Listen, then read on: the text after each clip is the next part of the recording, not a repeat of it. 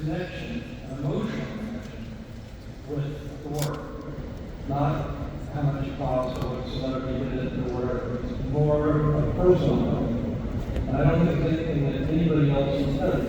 That's art, that's not art. It doesn't work that way. If you have an emotional connection, then it's art. If you don't, then it's along with the next thing. And it's the idea that people can tell you what art is and talk about it. I discovered just from my experience of making movies and that, other people's opinions don't mean much. Something is what you do and what you feel about it, and then if you see that other people react to it in a very emotional way, then you say, oh, I did my job, that was good. So when people come who say they're experts and they say, oh, that's not art, that's not this, that's tough. And I've worked with hundreds of illustrators in my life, and they're all great, but they don't get recognized for anything. So this is sort of a temple to the people's art. Yeah! Temple to the people's art. What you have to feel about the art of art as well. Well, yeah, I think the beauty of art is twofold: is to handle a mystery and provide eloquence and emotion. And I think that when you have those two things and you realize that there is, once photography enters the picture, a lot of the art that is figurative starts to be looked frowned upon a lot more historically. And yet you realize that it is an art that captures a moment and an emotion for many, many people that is always able to express things that are not just propaganda, not just liberated from church and state. And particularly, many of the things we have that celebrate freedom or anarchy, I mean, Crazy Cat, certainly, comics were the first ones to punish Nazis.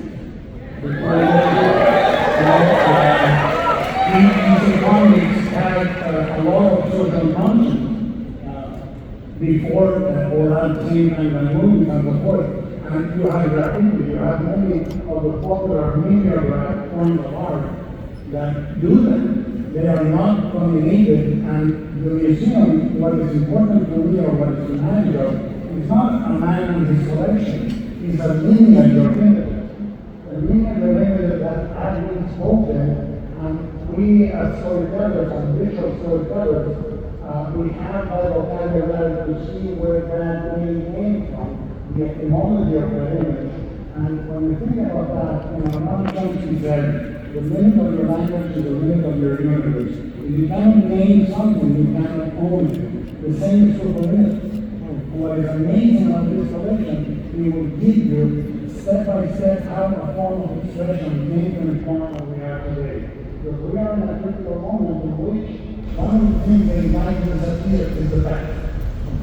And this is memorializing a cultural, vociferous, expressive, and eloquent moment in our visual past that belongs to all of us and the museum celebrates.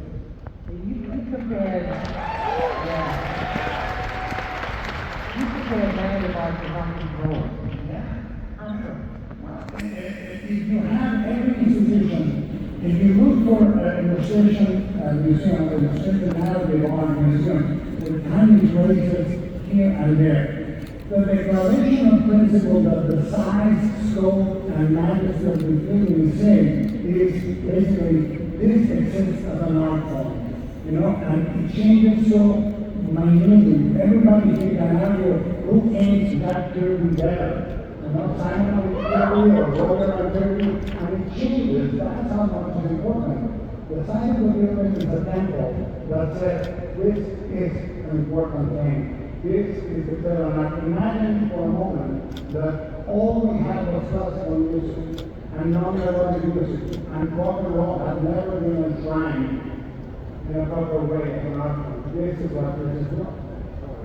This is rock and roll, and it needs to be enshrined. I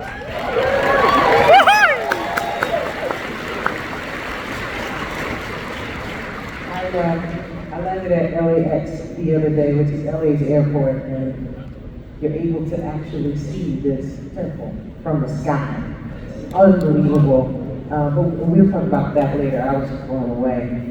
Doug, I would like to ask you about, because you have a very, very interesting viewpoint on how narrative art has impacted your life. Yeah. No, that? Absolutely. No, thank you so much. I feel so incredibly honored to be here to celebrate Narrative Art. Thank you, Doug! Woohoo! I grew up loving comic books. That's how I fell in love with art. And it's one of those things where it was surprising because growing up as a kid in Michigan, you know, art, narrative art, comic book art, magazine illustrations were kind of looked down upon. It was kind of sad. But there was a way for me to enjoy art and invited me to discover more about art. And what I love about what George and Wendy are doing in creating this museum is that it's celebrating and acknowledging and giving respect to an art form that has really, haven't been highlighted before. I mean, I think it's really time to celebrate the artists who have committed their whole careers to creating this. It is really hard. And what's terrific for me is that, as an aspiring artist when I was young, I wanted to draw. And this gave me a portal into this world to discover more about it. And what's wonderful about the museum is that it describes all the variety of forms of narrative art. You have Charles Schultz's Peanuts, you have Elizabeth Hay, you have heavy metal magazines, then you have Norman Rockwell, and Frank Frazetta, and Mobius. Those are all the different avenues for a kid to enjoy art and places to come in. One of the things that I found kind of sad though was that, when I was growing up, comic book art wasn't being exist. It was always diminished. It was kind of like, okay, Doug, you'll upload that someday. And I'm so glad I didn't.